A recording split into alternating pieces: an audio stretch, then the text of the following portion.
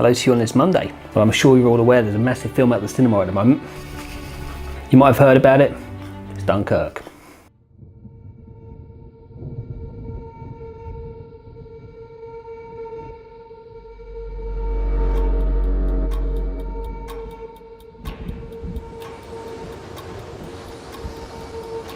The enemy tanks have stopped. Why? Why waste precious tanks when they can pick us off from the air like fish in a barrel?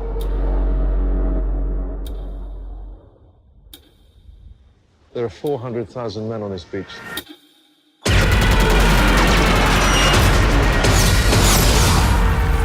Alright, so just to recap then, okay, this film is based on something that happened, what was it, 60, maybe 60, 70 years ago, 1940? There were these like Allied troops, they were being evacuated from Dunkirk in France, but these troops were like, they were surrounded by German troops, which is going to make that evacuation a little bit difficult.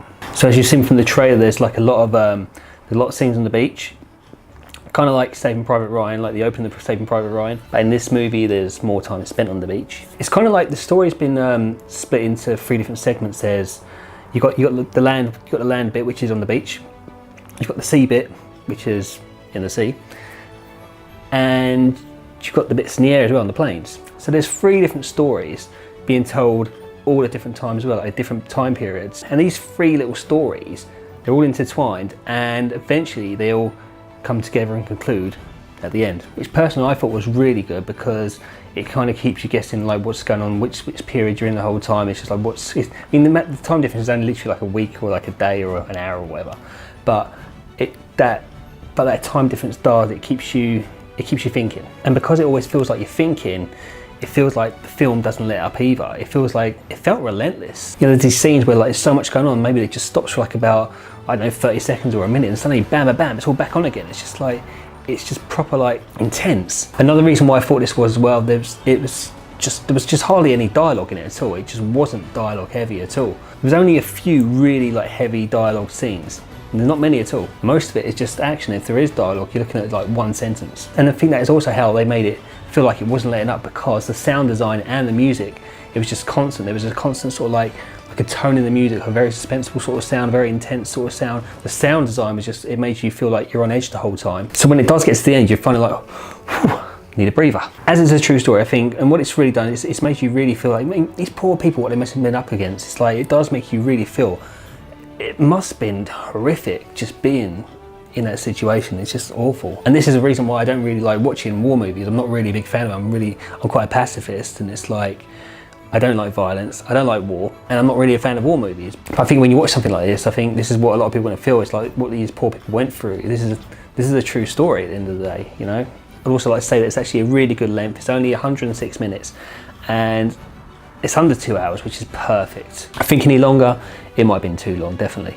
So as we all know, it was all shot on IMAX, and I went to see it in the massive IMAX screen in the Odeon Cinema in Liverpool. I still love seeing that screen. It's just so massive. I love it. I absolutely love it. And I think because it was shot on IMAX, it just like, you just see the scale of some of the scenes as well. I mean, a lot of it, I don't think a lot of it was CGI. I think a lot of it was actually like real life things. I think like, especially all the extras on, you know, when they were waiting for their boats to come in, and yeah, just you see the scale, how many people, it was a big, you can see it's a big production. I think the IMAX just, it captured that perfectly. Another thing that I think helped, I'm not sure about this, again, this is a guess, but the kind of colour grading on it as well. They sort of like, I think with the colour grade, they've made it look like it was, like, you know when you get those old films of black and white films like from years ago, and they go through this process of making it colour, it looks like it's been made to have that kind of look. So it's got this really like, really old look to it in the colour as well.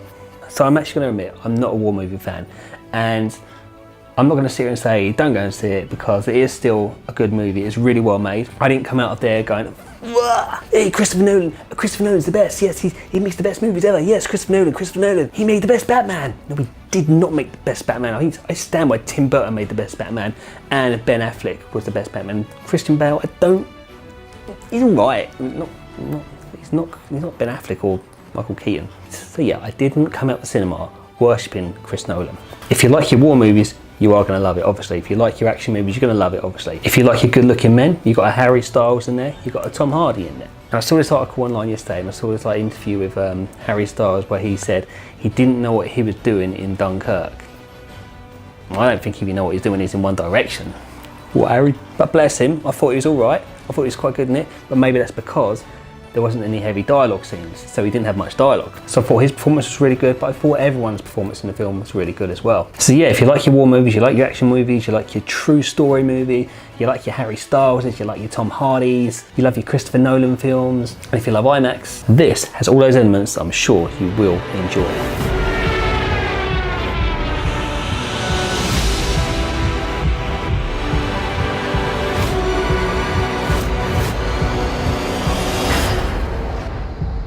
You can practically see it from here. What? Home.